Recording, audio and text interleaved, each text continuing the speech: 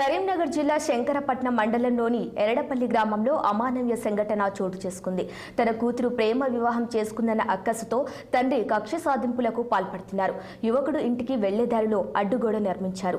గ్రామానికి చెందిన గాజుల సంపత్ కూతురు 2023 ఫిబ్రవరి 16వ తేదీన వారి సామాజిక వర్గానికి చెందిన రత్నాకర్ అనే యువకుణ్ణి ప్రేమించి పెళ్లి చేసుకుంది. ఇరువురి ఇల్లు పక్కపక్కన ఉండటంతో రోజు రోజుకి వీరి మధ్య దూరం పెరిగింది.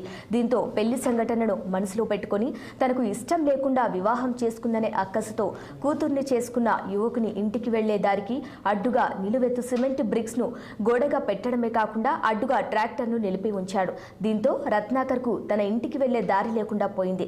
తాను ప్రేమించి పెళ్లి చేసుకోవడంతో తనపై కక్ష సాధించే క్రమంలో ఇలాంటి చర్యలకు గాజుల సంపత్ దిగుతున్నాడని రత్నాకర్ ఆరోపించాడు.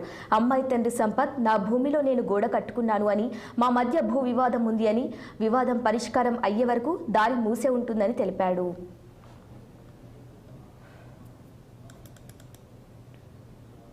ల్యాండ్ ఉన్నప్పుడు ఆయన మాకు పట్ట చేసేయలేదు, తవ్వలేదు. తర్వాత మేము పట్ట చేసుకున్నాం. పట్ట చేసుకున్నాక వేరే వాళ్ళు వచ్చి ఇలా నాకు తవ్వు ఉన్నది అని మాపై దౌర్జన్యం చేసి మా ఇంటి మీదకి ఎవరికి పడితే వాళ్ళనే బయట వాళ్ళ దాయించుకుంటూ మా ఇంటి పైకి తోలి ఇలా మాకు తవ్వు ఉన్నదని ఒక 10-15 సంవత్సరాల నుంచి మా పై దాడి చేస్తుండు. మేము అడిగితే మా మీదకి ఇంకా ఇవాళ పడతాలని చట్టపరంగా అట్లా ఇట్లా మమ్మల్ని చిత్రహింసలు పెట్టి మా ప్రాణాలకు ఆయనతోటి మాకు ప్రాణ భయం ఉంది సార్. మీరు ఎవరైనా మాకు న్యాయం చేయండి. మేము ఇప్పుడు ప్రస్తుతం ఉండే ఇల్లు మేము ఇతరులు ఇద్దరు మొత్తం ముగ్గురం కలిసి ఒకేసారి ఆ స్థలం కొనుగోలు చేసినాము. 20 సంవత్సరాల కింద స్థలం కొనుగోలు చేసి దారి తీసి దానికి ముగ్గురం ఇల్లులు కట్టుకున్నాము.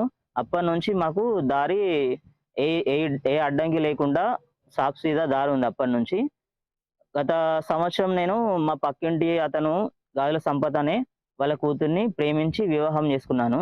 అది మనసులో పెట్టుకొని వాళ్ళు రోడ్డు మీద ప్రభుత్వం నిర్మించిన సీసీ రోడ్డు మీద వాళ్ళు సిమెంట్ ఇటుకలు పేర్చి మేము నడవకుండా ఇబ్బందులకు గురి చేస్తున్నారు. ఇప్పుడు ప్రస్తుతం మా భార్య ప్రెగ్నెన్సీతో ఉంది.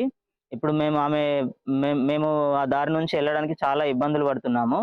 దాని గురించి అడిగితే ఇది ఎందుకు ఇట్లా పెట్టారు మీరు తీయాలి అని అడిగితే దాని గురించి అడిగితే మిమ్మల్ని చంపుతాము అని బెదిరిస్తారు. ఒక సీసీ రోడ్డుపై ఇటుకలు వేయడం అనేది అడ్డుగా వేయడం జరిగింది. దానికి అనుగుణంగా మన గాజుల సంపత్ మరియు హన్మయ్య గారి మధ్యన ఈ వివాదం నెలకొల్పి ఉన్నది. కావున హనుమంతు గారు ఫిర్యాదు చేయడంతో నేను మూకా మీదకి పోయి ఇటుకలు తీపించడానికి ప్రయత్నం చేశాను. కానీ ఈ సంపత్ వారు తీయడానికి కానీ నిరాకరించుకుంటూ దురుసుగా ప్రవర్తించి తీయనీయకుండా అడ్డు తగిలినారు. కావున దీనిపై వారికి నోటీస్ ఇచ్చుకుంటూ పై అధికారుల ఆదేశాల మేరకు